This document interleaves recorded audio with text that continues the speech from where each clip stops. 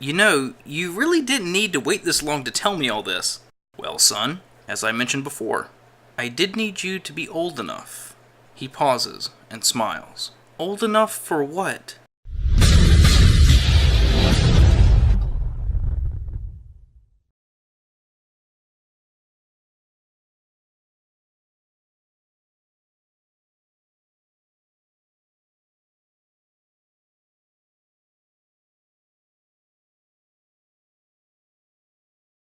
What is up, guys and gals? Before we get on with today's story, I just wanted to remind you that if you like this video, make sure to click that thumbs up.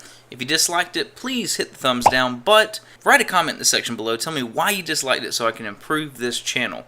Also, if you really like this video, please make sure to share it with a friend or family member. It helps me out a ton. And lastly, be sure to subscribe to the channel so you do not miss out on a single video. We drop them weekly. Make sure you hit that bell icon, turn those notifications on so you get them the moment they drop. Now, without further ado, let's begin.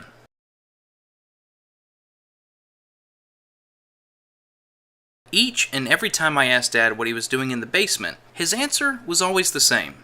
I'll show you when you're old enough. I imagine he meant old enough to drive, so that I could dispose of bodies for him in the woods. Or maybe old enough to drink, so that I could scout out our next victims at dive bars. Or possibly old enough to own a gun, so that I could more efficiently partake in the slaughter. See, one thing you should know about my father is, he's a total serial killer.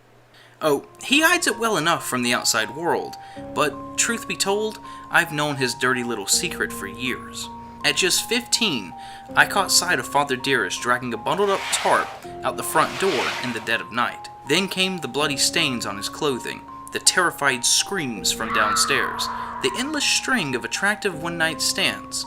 It didn't take a genius to put two and two together.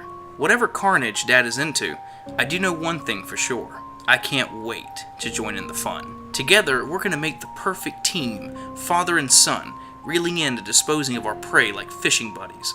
It's practically my birthright. Mere days after my 18th birthday, Dad finally decides to bring me into the loop. Eloquently as ever, he explains to me the nature of his murderous calling. How, ever since Mom left him years ago, he has ravaged and murdered beautiful women for sport. Spencer, I want you to carry on my legacy, he announces, and to this, I merely nod in awe. Proceeding to the basement, I discover that it's every bit as nightmarish as I had hoped. Chains, meat cleavers, piles of dismembered limbs. It's all down there. 4 hours, I giddedly pored over the various instruments of torture. Just holding them in my hands, I could feel their true weight, all the lives they've taken, all the misery they'll inflict. This is awesome, Dad, I crackle. You know, you really didn't need to wait this long to tell me all this. Well, son, Dad smirks, a hint of malice appearing in his voice. As I mentioned before, I did need you to be old enough. He pauses and smiles. Old enough for the death penalty. In the distance, I hear police sirens blaring.